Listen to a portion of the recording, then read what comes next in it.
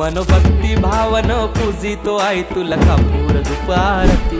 साकार स्वप्न मनीच मागन मानताव तुझेच चरणाशी ये हाकेला धाऊ माझे आहे तूच सांभाळ कर माझे आहे सदा राहो कृपा तुझी आमावरी माय खुशीन पदरांजे मान तुझा यो सोनचा प्याचा न हिरवे सारी नखन नारलाचा।